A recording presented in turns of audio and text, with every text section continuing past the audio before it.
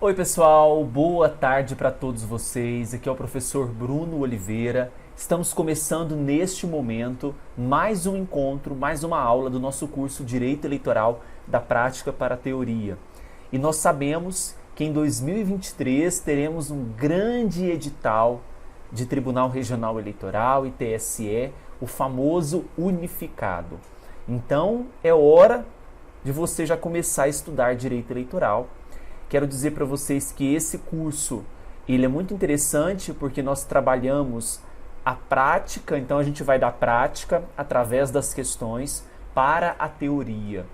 E digo mais, lá na Juspodium, agora nesse mês de abril, você pode acompanhar, vai sair a segunda edição do Manual de Direito Eleitoral para Concursos totalmente atualizado, trazendo as principais mudanças que nós tivemos nestes últimos 2 anos, especialmente as mudanças de 2021 e do início deste ano de 2022. Então, adquira também o livro lá da editora Juspodium. Nós finalizaremos hoje o estudo da Lei das Eleições, a Lei 9.504 de 97. Esta aula é a de número 21, parte 5. Fecharemos neste momento a nossa querida Lei das Eleições. Tudo bem? Vamos então começar o nosso encontro de hoje. Vamos discutir aí mais pontos relevantes da Lei 9.504 de 97. Vamos para a primeira questão desta aula, mas já é a questão de número 301. Olha só. Durante o período de campanha eleitoral, e a gente tem que entender o que é esse período de campanha eleitoral, são permitidas as pesquisas eleitorais e as enquetes. Então, temos aqui 2 pontos a discutir. Primeiro, o que é campanha eleitoral? A campanha eleitoral, para a Lei 9.504, para a jurisprudência, para a doutrina como um todo, ela inicia no dia 16 de agosto. É a mesma data em que é possível, já é início aqui da propaganda eleitoral. Então, quando você encontra lá na legislação, na parte de pesquisas, período de campanha eleitoral, entende-se aqui que é a partir do dia 16 de agosto. A questão exige do concurseiro entender o seguinte: será que a partir dessa data, a partir do dia 16 de agosto do ano eleitoral, são permitidas tanto as pesquisas quanto as enquetes eleitorais? Primeiro a gente tem que entender que pesquisas, o que são as pesquisas? As pesquisas eleitorais, elas têm caráter científico. Então elas possuem caráter científico. Por quê? Uma série de requisitos devem ser preenchidos, uma série de requisitos deverão ser preenchidos para que essa pesquisa eleitoral não seja indeferida, vamos dizer assim. As enquetes eleitorais, pelo contrário, elas não têm rigor científico. Não têm rigor científico. A partir do dia 16 de agosto do ano eleitoral, o que são permitidas são as pesquisas. Então, a partir do dia 16 de agosto do ano eleitoral, permite-se as pesquisas eleitorais. Contudo, enquetes eleitorais, elas não serão permitidas. É o que nos orienta, pessoal, o artigo 33, parágrafo 5º da Lei das Eleições. O artigo 33, parágrafo 5º, é muito claro quando afirma que durante o período de campanha eleitoral, as enquetes elas são vedadas. Somente serão permitidas as pesquisas, as enquetes não. Qual é a justificativa? Se, por exemplo, você fosse diferenciar isso numa questão discursiva, você tem que entender que o que diferencia é que as pesquisas possuem rigor científico, atendem aos requisitos do artigo 33 da Lei das Eleições, enquanto que as enquetes eleitorais não possuem rigor científico. As enquetes eleitorais, elas vão demonstrar a opinião pública, mas a forma como é feita essa enquete é totalmente contrária à legislação.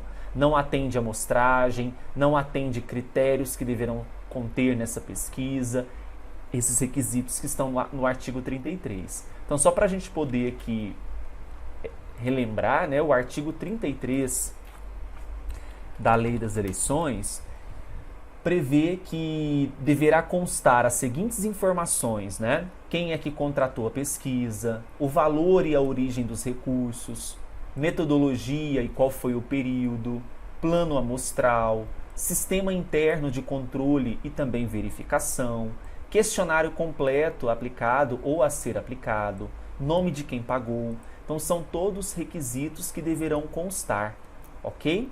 Nesta pesquisa eleitoral. Então, permite-se enquetes? Não. Por isso que a questão 301 está incorreta.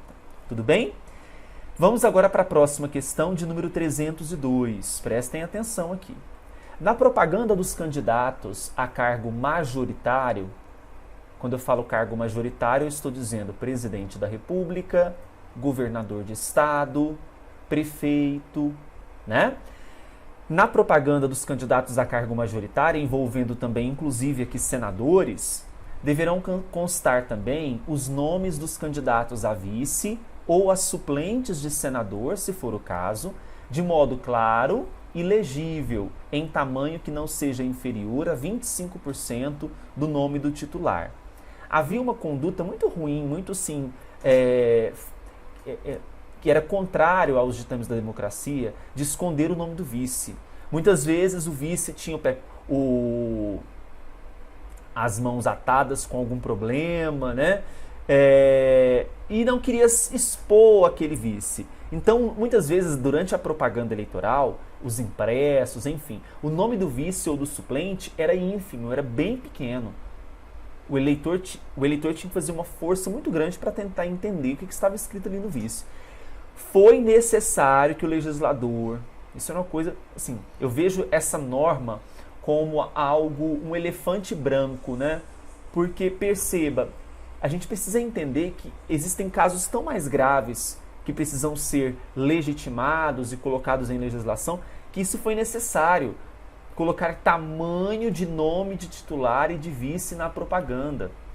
Então, quando eu falo que na propaganda dos candidatos a cargo majoritário eu preciso restringir o tamanho do nome do vice ou do suplente, é algo absurdo.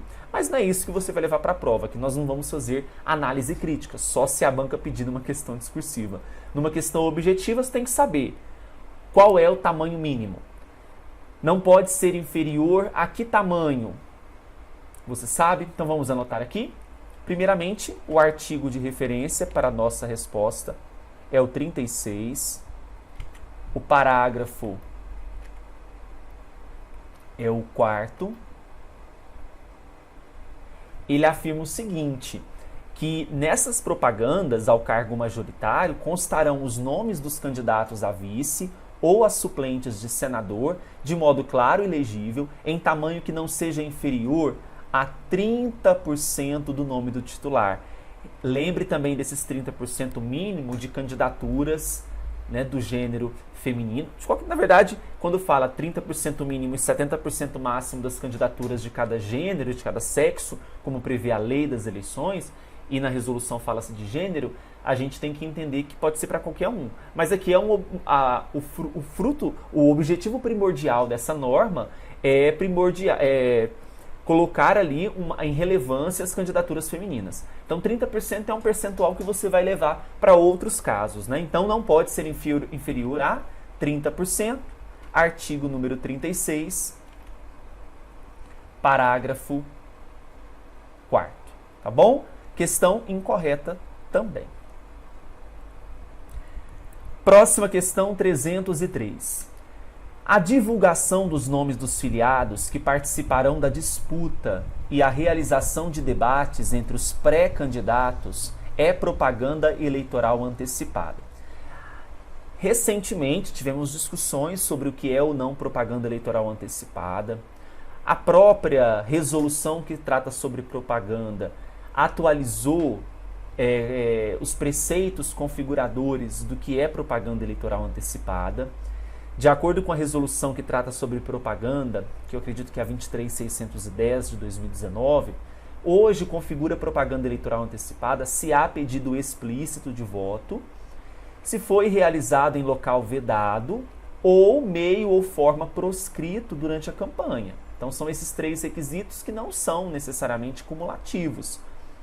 Se um deles forem preenchidos, a gente tem aqui a ideia de uma propaganda eleitoral antecipada. Agora a questão é: divulgar nomes dos filiados que participarão da disputa e realizar debates entre pré-candidatos é propaganda antecipada? A resposta é não, não é propaganda antecipada. Somente será propaganda eleitoral antecipada, e aqui a gente vai para o artigo 36A da Lei das Eleições. O artigo 36A, ele diz que não configuram propaganda eleitoral antecipada desde que não envolvam pedido explícito de voto, a menção à pretensa candidatura, a exaltação de qualidades pessoais de pré-candidatos e diversos atos. Um desses atos é o ato que está previsto lá no parágrafo 2º do 36A, vamos anotar aqui para depois vocês consultarem, quando afirma que são permitidos o pedido de apoio político e a divulgação da pré-candidatura, ações políticas desenvolvidas e das que se pretende desenvolver. Então, quando a questão afirma que nós estamos diante de um cenário em que essa divulgação de nomes dos filiados é propaganda antecipada, está incorreto. Veja que a questão mesmo colocou pré-candidatos. Estou apenas divulgando nomes dos filiados. Essa conduta não configura propaganda antecipada. Certo? Questão 304. É vedada a transmissão ao vivo por emissoras de rádio e televisão das prévias partidárias, inclusive a cobertura dos meios de comunicação social. O que é uma prévia partidária? Vamos entender que antes das convenções partidárias, os partidos políticos precisam já levar para as convenções os nomes dos candidatos que serão escolhidos, deliberados ali para concorrer a determinados cargos. Muitas vezes esses partidos políticos possuem dúvidas em qual candidato escolher, né? Por isso que às vezes são realizadas prévias partidárias para que os filiados conheçam esses quase candidatos, né, quase escolhidos em convenção. Então é uma disputa interna entre aqueles que querem pleitear um determinado cargo, por exemplo, o presidente, o governador. Agora vejam, se essa disputa interna, essa prévia partidária, será que seria permitida a transmissão ao vivo por emissoras de rádio e TV dessas prévias? Sim, até então, até antes dessa vírgula aqui, a gente tem algo que é correto. De fato, olha só, é vedada a transmissão ao vivo por emissoras de rádio e TV das prévias partidárias. Inclusive, a cobertura dos meios de comunicação social. Cuidado! Veja, seria vedado que os meios de comunicação social divulgassem nas emissoras, nos jornais, que estariam acontecendo essas prévias e aqueles que estão envolvidas nessas